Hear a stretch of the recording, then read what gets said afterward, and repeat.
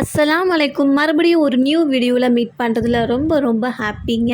இன்றைக்கி ரொம்பவே ஹெல்த்தியான ஒரு நான்வெஜ் ரெசிபி தான் பார்க்க போகிறோம். நம்ம மட்டன் கறியை சாப்பிட்றத விட அந்த மட்டனுக்குள்ளே இருக்கிற பார்ட்ஸ் எல்லாம் நம்ம சாப்பிட்டோம் அப்படின்னா நம்ம உடம்புக்கு ரொம்ப ஹெல்த்தி. ஸோ மந்த்லி ஒன்ஸ் ஆகுது நம்ம இந்த ஐட்டம்ஸ் எல்லாமே கண்டிப்பாக எடுத்துக்கணும். இது செய்கிறதுக்கும் ரொம்ப ஈஸிங்க, அண்டு சாப்பிட்றதுக்கும் செம்ம டேஸ்ட்டாக இருக்கும். இப்போ டிலே பண்ண வேண்டாம், வாங்க நம்ம வீடியோக்குள்ளே போகலாம். குக்கரில் 4லேருந்து 5 டேபிள் ஸ்பூன் அளவுக்கு எண்ணெய் சேர்த்துக்கோங்க. எண்ணெய் சூடானதுமே 2 மீடியம் சைஸ் வெங்காயத்தை பொடியாக நறுக்கிட்டு சேர்த்துக்கலாம். வெங்காயம் சீக்கிரம் வதங்குறதுக்காக தேவையான அளவு உப்பையுமே நம்ம சேர்த்துக்க போகிறோம். சேர்த்துட்டு நல்லா ஹை ஃப்ளேம்லேயே வச்சு வதக்கி விடுங்க. நமக்கு வெங்காயத்தோட கலர் பொன்னிறமாக சேஞ்ச் ஆகிட்டு வந்தால் போதும். ஸோ இந்த அளவுக்கு கலர் நல்லா சேஞ்ச் ஆனதுமே ஸ்டவ்வை லோ ஃப்ளேமில் வச்சுட்டு மசாலா சேர்த்துக்கலாம். 1/4 ஸ்பூன் அளவுக்கு மஞ்சள் தூள், 1 ஸ்பூன் அளவுக்கு சீரகப்பொடி, காரத்திற்கு ஏற்ப மிளகாய் தூள் சேர்த்துக்குங்க. 1 ஸ்பூன் அளவுக்கு மல்லித்தூள், 2 ஸ்பூன் அளவுக்கு மட்டன் மசாலா சேர்த்துக்கோங்க. ஸ்கிப் பண்ணாதீங்க, டேஸ்ட்டு சூப்பராக இருக்கும்.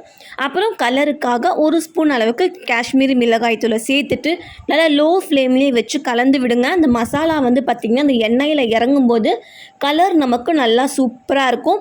எண்ணெய் நல்லா பிரிஞ்சு வந்த பிறகு நம்ம எடுத்து வச்சுருக்கிற மட்டனோட லிவரையும் கிட்னியும் நம்ம சேர்த்துட்டு கையோட 1 ஸ்பூன் அளவுக்கு இஞ்சி பூண்டு பேஸ்ட்டையுமே சேர்த்துட்டு நல்லா மீடியம் ஃப்ளேமில் வச்சுட்டு ஒரு 3லேருந்து 4 நிமிஷம் அளவுக்கு நல்லா கலந்து விடுங்க. கறியில் பார்த்திங்கன்னா அந்த மசாலாஸ் எல்லாமே இறங்கணும். அதே போல் இஞ்சி பூண்டோட அந்த பச்சை வாசமும் நமக்கு போகணும். ஸோ நல்லா போன பிறகு 1/2 கப் அளவுக்கு தண்ணி சேர்த்துக்கிட்டால் போதும்.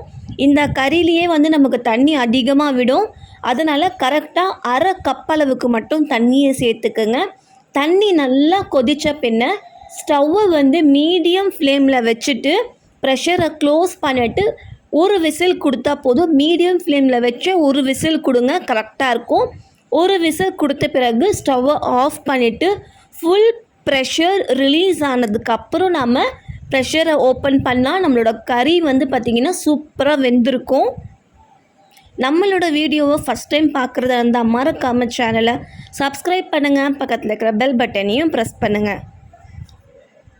ப்ரெஷர் ஃபுல்லாக ரிலீஸ் ஆகிடுச்சு. எவ்வளோ தண்ணி இருக்குது பாருங்கள்.